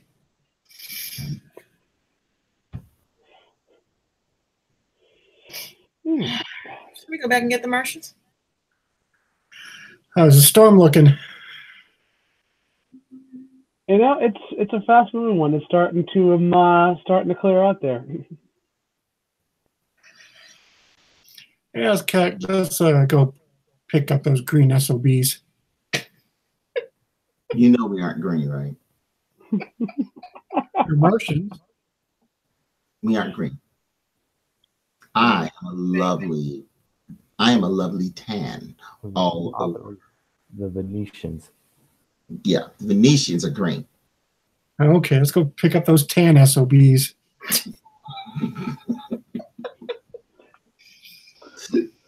So, and unless Thargan and the Prince would have a heart-to-heart there, waiting out the storm, we can kind of advance time a bit there. Okay, yeah, we're fine. Advance away. The longer he must have conversation with people who are below his caste, the more awkward it becomes. Thargan's a conversationalist, and he only knows how to give orders to Thargan. Thargan, protect me. Thargan, you will not succumb to your wounds. Thargan, that sort of thing. So the storm lessens outside, passing quickly. Fortunately, it was a quick moving storm, and in amongst the lessening howls of the storm, you hear the familiar noise of a rocket ship coming in for a landing nearby. All right. Take a quick look to make sure it's the rocket ship I expect. Yep. It is the familiar, has the familiar markings of the Solar Star. See, Thargan, I told you, the captain was killing someone. Great honor for a human. I do wonder at the complement of the crew of the ship that he destroyed. And hopefully it was fully crewed and with many, many soldiers. Well, a lot of dead Nazis on a moon flying around your planet right now. Hate when that happens. I do hate when that happens. I hate when I get my shorts all twisted. All right. Well, we go out, and when the ship lands, we are there to meet it. Yes. So, yeah, you guys come in for a landing, and no sooner do you have everything secured, it's safe to be around there that the others are kind of like, hey, Sargon and the Prince made it. They're waiting outside. What are they doing outside? Oh, we forgot to tell them we're leaving. Don't tell them that. Open up the landing ramp. Landing ramp comes down for you guys. All right. Then we, was it not embark? Is that right? Board. We board the ship. Yes. Tag and Binks are there. It's like, hey, welcome back, guys. Tag. Thanks. Hello. I have a gift for you. Oh. He reaches in and hands them each a stone. Nice, heavy stone. There. Oh, thank you. A little piece of Mars to take with you wherever you go. Go forth and do what comes natural with those. Great honor to receive a Mars stone. I went to Mars and all I I've got. never had a piece of a planet before. Are there any women here at this stoning? No. Went to Mars and all I got this lousy rock. I went to a stoning. Oh my God, this is lousy rock. All right, and then the prince does what he normally does. He unwinds the cloth, some of the cloth that was given to him by Thargan, and then hands it back. See to it that is cleaned, Thargan, and you may keep it. Even though it is. Yeah, yes, sir. And he glides majestically through the hallways. Thargan, we must find some of that, what was that? That's, cold. And certain of it you are forbidden to eat, as I recall. What was it? The cream of ice. I believe that's what it was. Yes? Oh, yes. Yes. Yes. You will acquire some for me. I feel that it is just for me. Something appropriate to make me feel better. I've had an arduous day. Oh, does the prince want some ice cream? Do you wish the road of rocks or the chipped chocolate? No. Never the chocolate. Never the chocolate. Very well. But that which the sprinkles, the evil sprinkles, I will have that. Of course. And some for the captain as well. Wherever he is, I am sure that he wishes that he would have some. He's probably tired from the great battle he was in. But yes, I will prepare some. He will awaken for the cream of the ice. We switched over to frozen yogurt on this ship. The yogurt that is frozen. At least they even call it. Actually, you're right. Actually, it was frozen yogurt. It was, wasn't it? Froyo. It was the yogurt that was frozen. Yes, we will have that. The froyo. Thargan would disappear to find the kitchen and said frozen yogurt. All right. I, on the other hand, make my way to the bridge where I'm sure our captain is industriously ensuring to our safety. Yeah, you guys get landed, and not long thereafter, the prince enters the bridge. Captain Cora, it is a pleasure to see both of you again. I must admit, I was alarmed and yet warmed to know that you left only to protect us. Yes, we did. We found the Nazi base on your moon, and we destroyed all their fighters.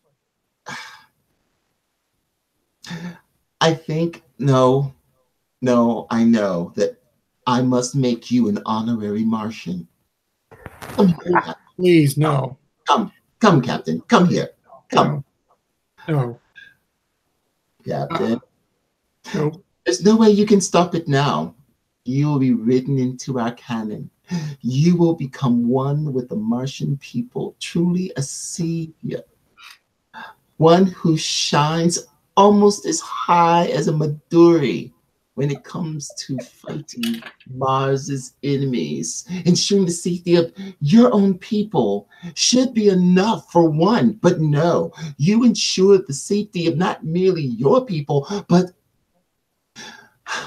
the Martian people as well. There are no words. I promise you, your name will endure forever in the Martian mind and heart, just as it endures in mine. This reminds me of the ending of Enemy Mine.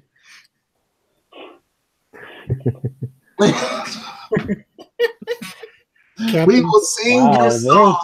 There's a callback. Holy cow. I know there's a Wayback Machine for that one. We will sing your song.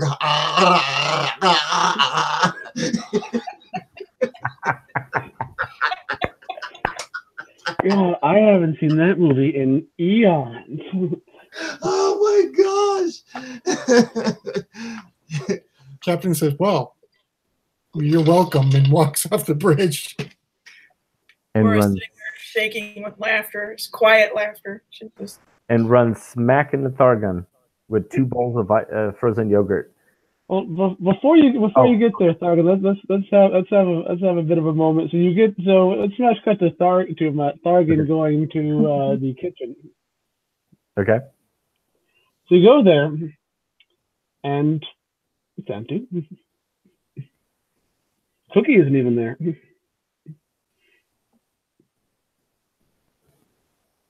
Greetings. Oh. Hello. Huh? He who cooks. Then behind you, Jimmy. Hey, Thargon, welcome back. I think I probably surprisingly whips around almost defensively. Oh, you were the one they call Jimmy. Jimmy. My name's Jimmy. Jimmy, yes, Jimmy. Sorry. What do you want cooked? The prince and the captain wish to have a bowl of your frozen yogurt. Obviously with sprinkles. That is a must. What flavor frozen yogurt? Not the chocolate. Never the chocolate. Kind of furs about like, oh, of course, never chocolate. Yeah. Yes. I will leave it to your wisdom to decide the flavor that would be best suiting for the prince.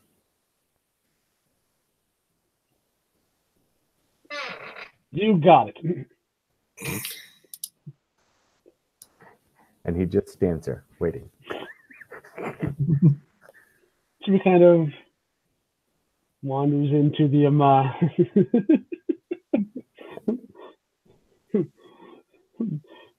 so this is swirl pudding, huh? Didn't eat their fruit. Are you sure a unicorn did not throw up into this bowl? So yeah, Jimmy kind of wanders off and reappears moments later. He's got a bowl of frozen yogurt in each hand with sprinkles. It is the color of it is pink. Very majestic color. Yes. Let's see. Oh, where are you? Not. Yeah, that's unfortunate. That's just an assumption. Not. Actually, no, you got like awareness of 4. You're pretty aware there. That's true because of combat and stuff. True. Okay. Give me an awareness and ingenuity roll for no reason at all. For no reason. Yeah. Okay. No reason at all. Nothing at all. Yeah. Nope. You know, I think this might be an important role, but I'm not going to spend a story point. So, 4 plus 3 is 14. Not too bad. Not bad. Yeah. So yeah, he brings you these two things. You've got spoons, stuck in them. 14. It's above. Not spectacular, but it's still a success. So yeah, he's handing you these two things, and he's smiling brightly. They are covered with sprinkles. They've got spoons in them. He hands them to. He's like, I chose strawberry. I think that they will love it. Well, I will trust your decision of berries of straw. Thank you very much, Tommy. My name is Jimmy. That's what I said, right? No, that's not what you said. Oh. Well, yes. Thank you very much. As you take possession of the ice cream, the frozen yogurt bowls, it strikes you just how remarkably similar they are.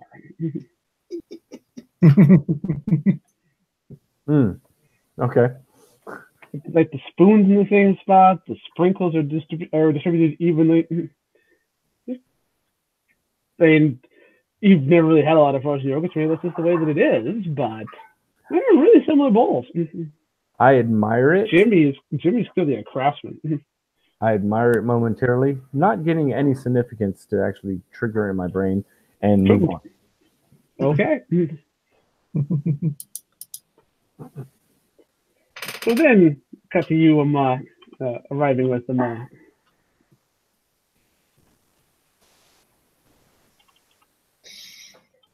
the bridge there. What's it? Then cut to him arriving on to Thargan arriving on the bridge. I will. And I come right as the captain is leaving the bridge. Yep, you basically bump into him. I don't go to a complete bow because that is saved for the prince, but almost like a half take a knee for you, Captain, for your victory over whoever you fought. Thank you. May the blood of your enemies bring you great honor. This is berries of the straw for you. Okay. Good. He's in there. Yes. And walk right past him.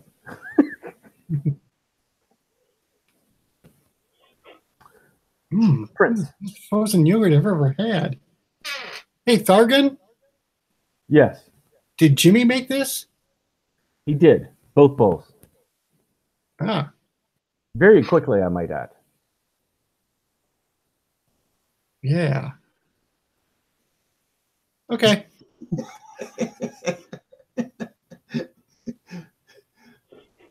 Meanwhile, I'm smiling. I look over at Cora. So, Cora, perhaps you might enlighten me as to the nature of your battles? I'm sorry, the nature of my what? The battles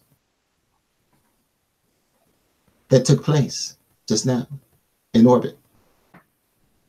Really wasn't much to it. They were just very slow. Hmm. We you obviously took advantage of. Very good. And they were all Nazis, you say? They were to my knowledge. Very good. Very good. They must be so frustrated right now. Let's hope so. Might be some commies thrown in there. First you say that with your mouth full, right? Your mouth is full of frozen yogurt. You couldn't have said that.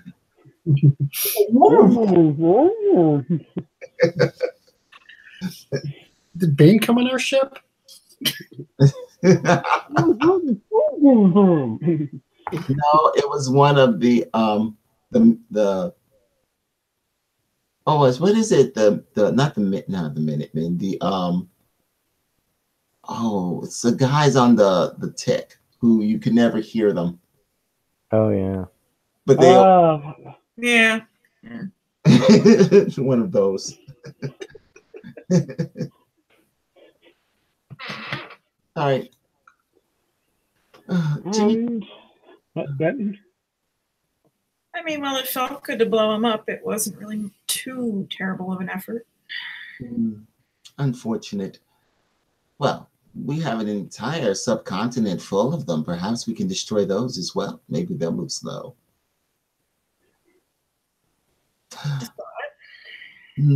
Perhaps not all at once. Not today. It has been an eventful day. I will go forth and I will bring knowledge and wisdom to the rest of the ship. I've already given the first two who I met on the ship today a little piece of Mars. I bet they were thrilled. They were.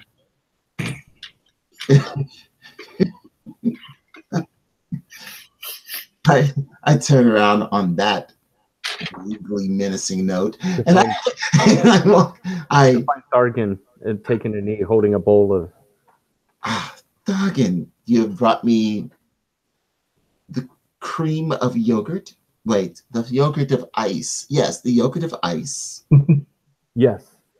Frozen. This is the berries.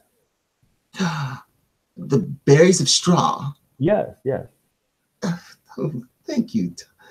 Put together by that wonderful lad, Tommy. Jimmy. Yes, that's the one. You do realize he's not alive, right? I pick up the bowl. I start eating it. I say that just loud enough for Corey to hear.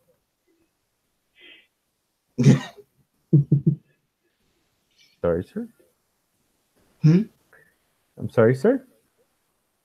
About what, dog? Nothing.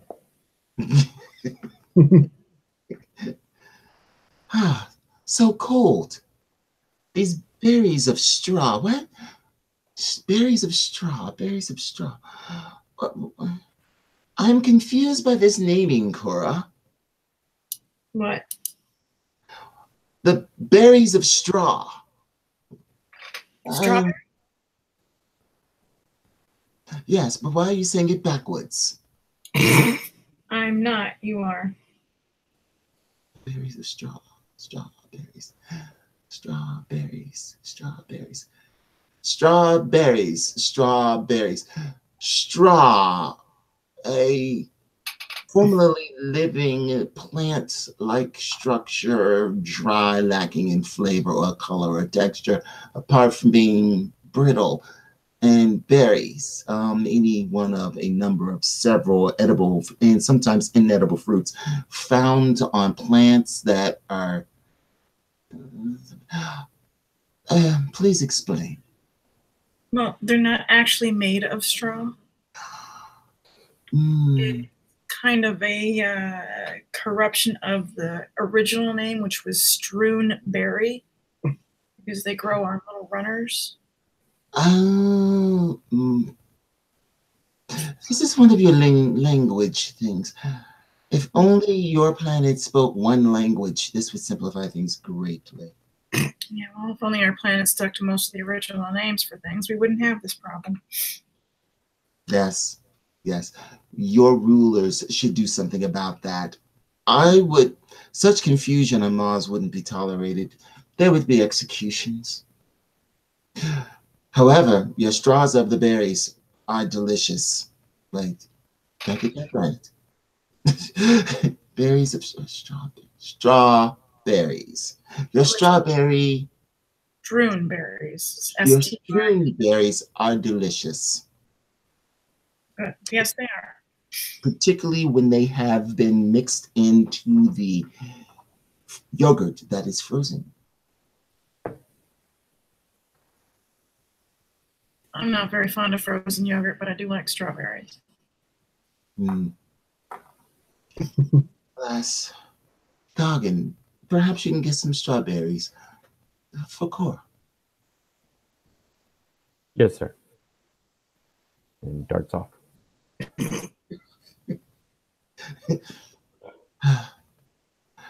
Perhaps he needs someone to spar with.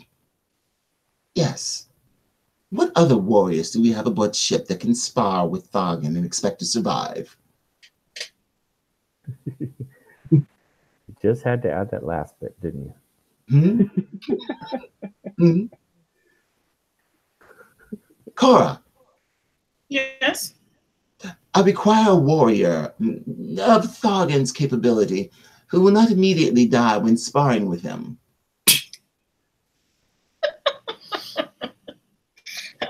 Well, I don't know that there's anybody on this boat that's qualified to do that. Alas. That's what we can do with the next Nazis we capture. Yes, the next several Nazis we capture, I will give them to Thargan to practice.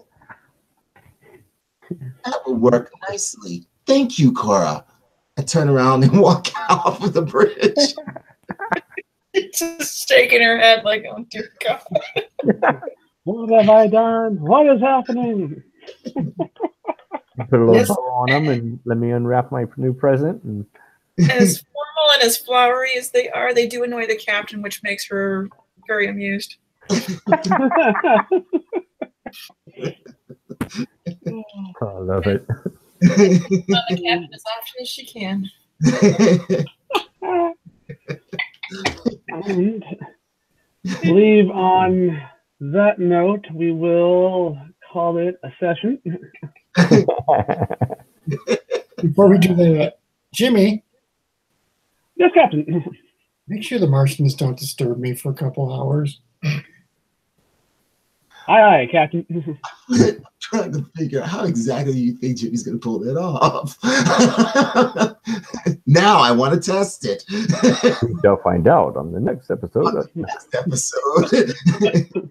Tune in next time. Right. As Jimmy finds a brand new weapon known as the Batleth. Really? Jimmy, join our adventures in next week's serial. I'm saying not be disturbed. Will Buck Rogers survive?